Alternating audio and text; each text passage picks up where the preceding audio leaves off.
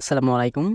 Hello everyone, আশা করি সবাই ভালো আছেন। তো লাস্ট ভিডিওতে হচ্ছে আমরা কেটিএম এর একটা রিভিউ ভিডিও করছিলাম এবং কি বলছিলাম হচ্ছে নেক্সট ভিডিওতে হচ্ছে আমরা কেটিএম হচ্ছে কেন নিলাম বা এটা হচ্ছে আমার ফ্রেন্ড সার্কেল বা আত্মীয়স্বজন অনেকেই বলছে এটা হচ্ছে এই বাইকটার প্রাইস আমি হচ্ছে অন্য সিভিআর বা অন্য বাইকগুলো পাইতাম। তো আমি এটা কেন নিলাম, তো এইটা আজকে হচ্ছে ভিডিওতে আমি ফুল হচ্ছে আপনাদেরকে ক্লিয়ার করে দেবো। তো যারা ভিডিওটা দেখতেছেন ফুল ভিডিওটা হচ্ছে আপনারা কন্টিনিউ করেন। তো ফার্স্টেই বলি এটা হচ্ছে আমি বাইকটা কেন নিলাম। তো ফার্স্টে যে রিজনটার কারণে আমি বাইকটা নিয়েছি, মেন রিজন যেটা হচ্ছে এটা বাইকটার লুকস। তো এই বাইকটার যে লুকস, এই লুকসে যারা বাইকার আছেন তারা হয়তো এমন কোনো বাইকার নাই যে এই বাইকটার লুকস দেখে তার মানে প্রেমে পড়বে না বা এটা পছন্দ করবে না। তো ফার্স্ট যে রিজনটা, তার প্রথম রিজনটা হচ্ছে এই লুকস দেখে সবাই মানে ক্রাশ খায় বা আমি ওই মানে মেন রিজনটা হচ্ছে এটা নিছি। তো তার চেয়ে বড় যে রিজনটা সেটা হচ্ছে আমি একজন কেটিএম লাভার বলতে পারেন বা কেটিএম এর বড় একটা ফ্যান বলতে পারেন। তো এই কারণে হচ্ছে আমি কেটিএমটা নিছি। তো আরও রিজন আছে, সেগুলো আমি হচ্ছে মানে পার্ট টু পার্ট বলতেছি। আচ্ছা, সেকেন্ড যে রিজনটার জন্য হচ্ছে আমি এই বাইকটা নিছি সেটা হচ্ছে বাইকের কন্ট্রোলিং বা ব্রেকিং। তো এইটার ফ্রন্ট ব্রেকে ইউজ করা হয়েছে 300 mm ডিস্ক ব্রেক, বাইবেরি ক্যালিপার এবং কি বোশের এবিএস, যা বাংলাদেশের মধ্যে সর্বোচ্চ। বাংলাদেশে এই কেটিএম আরসি বাদে অন্য কোনো বাইকে 300 mm ডিস্ক ব্রেক ইউজ করা হয় নাই। তো যারা হচ্ছে বাইক নিয়ে ঘাটাঘাটি করেন বা বাইকটা অনেক দিন ধরে চালান তারা একটু মানে তারা হয়তো বুঝতে পারবেন যে যে বাইকে হচ্ছে বড় ডিস্ক ব্রেক ইউজ করে সেই বাইকের ব্রেকিং বা কন্ট্রোলিংটা কীরকম হতে পারে। তো বাংলাদেশের সর্বোচ্চ দামি বাইক হচ্ছে R15M, তো ওইটাই হচ্ছে 300 mm ডিস্ক ব্রেক ইউজ করে নেয়, ওইটাই হচ্ছে এইটার চেয়ে কম। তো এখন হচ্ছে আমি যে রিজনটার কারণে নিছি, এইটার যে ব্রেকিং সিস্টেম তা বাংলাদেশের কোনো বাইকে মানে ফ্রন্ট ব্রেকে এরকম কোনো ব্রেকিং সিস্টেম নাই। তো আরও কয়েকটা রিজন আছে, সেটা হচ্ছে আমি আপনাদেরকে একটু বলি। আচ্ছা, এটার আরও একটা কারণ যে কারণ হচ্ছে আমি বাইকটা নিয়েছি সেটা হচ্ছে আমি আপনাদেরকে একটু দেখাই। তো আপনারা যারা এবিএস বাইকগুলো ইউজ করেন, তারা যারা হচ্ছে সিঙ্গেল চ্যানেল এবিএস ইউজ করেন তাদের বাইকে কিন্তু একটা সেন্সর থাকে, এবং কি যারা হচ্ছে ডুয়েল চ্যানেল এবিএস বাইকগুলো ইউজ করেন তাদের সেন্সরগুলো কিন্তু দুইটা থাকে। বাট এই বাইকটা একটু আপনারা ফলো করেন। তো ফার্স্টের জায়গায় আপনারা দেখেন ফ্রন্ট ব্রেকে হচ্ছে একটা সেন্সর দেওয়া আছে এবং কি পেছনের ব্রেকেও একটা হচ্ছে সেন্সর দেওয়া আছে, আপনারা একটু খেয়াল করে দেখেন। আমি হচ্ছে আপনাদেরকে একটু দেখাই। তো পেছনের চাকায় আপনারা দেখবেন যে এখানে কিন্তু ডিস্ক ব্রেকের সাথে কিন্তু একটা সেন্সর ইউজ করা হয়েছে।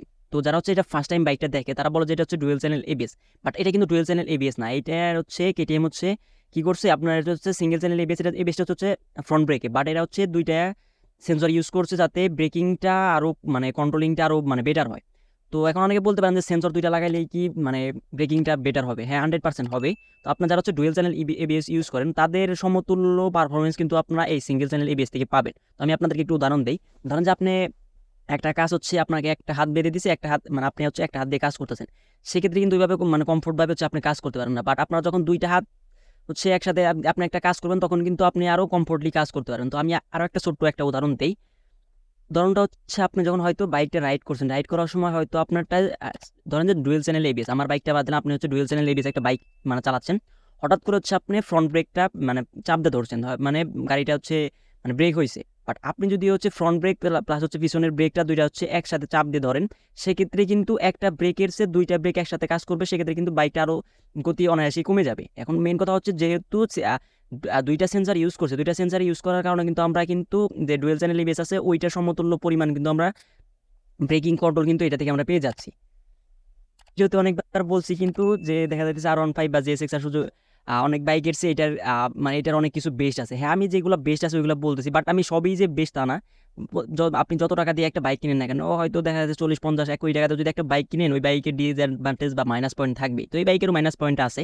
তো আমি যেগুলো হচ্ছে মানে সবার থেকে একটু বেশি বেশি আছে ওগুলো বলছি, বাট এটার কিছু মাইনাস পয়েন্ট আছে ওগুলো আমি বলবো, প্রবলেম নাই। তো আরও একটা কারণ আমি হচ্ছে বাইকটা নিচ্ছি, বাইকটার কারণটা হচ্ছে মেন আর একটা কারণ হচ্ছে এটার হচ্ছে টায়ার। তো এটার হচ্ছে 150/70 হচ্ছে টায়ারটা ইউজ করা হয়েছে, সেটা হচ্ছে পিছনের টায়ার, এবং কি সামনে ইউজ করা হয়েছে হচ্ছে 110/70।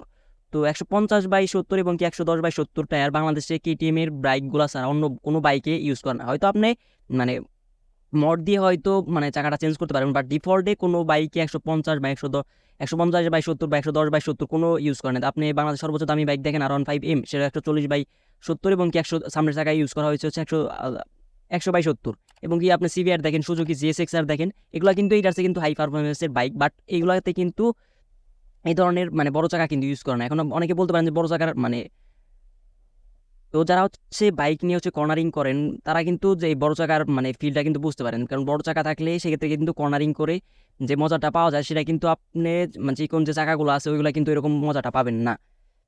তো রিজন আছে যেগুলো বললে হয়তো ভিডিওটা অনেক লং হয়ে যাবে, আমি ওইগুলো বলতেছি না। তো কি যে রিজনগুলো আছে সেগুলো রিজনগুলো হচ্ছে আপনাদেরকে আমি বললাম। তো আমি যে রিজনগুলো বললাম এই রিজনগুলো 100% সিভিআর R15 বা GSX-R এর মতো গাড়িগুলোর থেকে কিন্তু মানে বেশি আছে এই বাইকটা। এর জন্য হচ্ছে আমি বাইকটা নিয়েছি। তো এই বাইকটার কিছু মাইনাস পয়েন্টগুলো আমি এখন আপনাদেরকে একটু বলি। তো মাইনাস পয়েন্ট বললে ভুল হবে, কারণ যারা হচ্ছে বাইক নেয় তারাও কিন্তু প্রত্যেকটা বাইক কিন্তু শখের থাকে, কারণ বাইকের যেটা দেখা যাচ্ছে মাইনাস পয়েন্টগুলো ওইগুলো তাদের ওইরকমভাবে পড়ে না। তার মধ্যে হচ্ছে দেখা যাচ্ছে এই বাইকটা হচ্ছে 125 যা আপনার এই বাইকের প্রাইস অনুযায়ী আমি যদি GSX-R বলি, তো GSX-R হচ্ছে Bangladesh one of the most মানে স্পিড বাইক বলতে পারেন। তো ওইটার মানে ওইটা আমি এই বাইকের যে প্রাইসটা আছে ওই বাইকটা নিলে কিন্তু এই বাইকের চেয়ে কিন্তু 1000 গুণ স্পিড বেশি ওইটাই থাকবে। তো দেখা যাচ্ছে ওইটার চেয়ে একটা স্পিডে পিছিয়ে থাকবে। প্লাস আরও কিছু কিছু জিনিস আছে। মেন কথা হচ্ছে এইটা হচ্ছে R15 GSX-R বা CBR এর মতো বাইকগুলো থেকে মানে স্পিডে একটু পিছিয়ে থাকবে। এটা হচ্ছে আমি এটার ডিসঅ্যাডভান্টেজ বলতে পারেন। আর এটা হচ্ছে ইঞ্জিনটা একটু হিট হয়। তো আমি ওইভাবে ফুল রিভিউ করতেছি না, কারণ আমি হচ্ছে বাইকটা অনলি 15 থেকে 16 দিন হয়েছে এরকম বাইকটা নিচ্ছি। আমি আরও 2-3 মাস ইউজ করি, রাইড করি, তারপর হচ্ছে এটা নিয়ে ইউজার এক্সপিরিয়েন্স আমি শেয়ার করবো। তো এই হচ্ছে এই কারণগুলো যে কারণগুলো বললাম, এই কারণগুলো হচ্ছে আমি মানে KTM-টা নিছি। তো যদি এখন আপনারা কারণ ধরতে চান তাহলে হচ্ছে বাইকটা হচ্ছে KTM এর জন্য নিছি। আরও যদি আপনি বলতে চান তাহলে হচ্ছে আপনি আমাকে যদি জিজ্ঞেস করেন আপনি কেন বাইকটা নিয়েছেন, তাহলে বলবো যে এটা KTM। আপনি যদি আমাকে আবারও জিজ্ঞেস করেন, যদি বলতে চান যে এই বাইকটা কেন নিয়েছেন, তাহলে বলবো হচ্ছে আমি KTM, কারণ আমি হচ্ছে একজন KTM এর ফ্যান বলতে পারেন বা KTM লাভার বলতে পারেন। এর জন্য হচ্ছে মেইন কারণ হচ্ছে আমি বাইকটা নিছি। সে শখের জিনিসের সাথে কোনো স্পিড বা কোনো মাইনাস পয়েন্ট বা কোনো ডিসঅ্যাডভান্টেজ কাজ করে না। তো এই জন্য হচ্ছে আমি বাইকটা নিছি। তো যাই হোক, এই হচ্ছে আজকে রিভিউগুলো ছিল। তো যদি কোনো ভুল টুল হয়ে থাকে তাহলে একটু কমার দৃষ্টিতে দেখবেন। তো ভিডিওটা এই পর্যন্তই। যারা হচ্ছে KTM লাভার, বাইক লাভার আছেন, তারা কিন্তু আমার চ্যানেলটা সাবস্ক্রাইব করে রাখতে পারেন, তাহলে পরবর্তীতে কিন্তু আমাদের যে ভিডিওগুলো আছে ওইগুলো কিন্তু আপনারা পেয়ে যাবেন। তো আজকের ভিডিওটা এই পর্যন্তই। ভিডিওটা এতক্ষণ ধৈর্য দেখার জন্য ধন্যবাদ। আল্লাহ হাফেজ।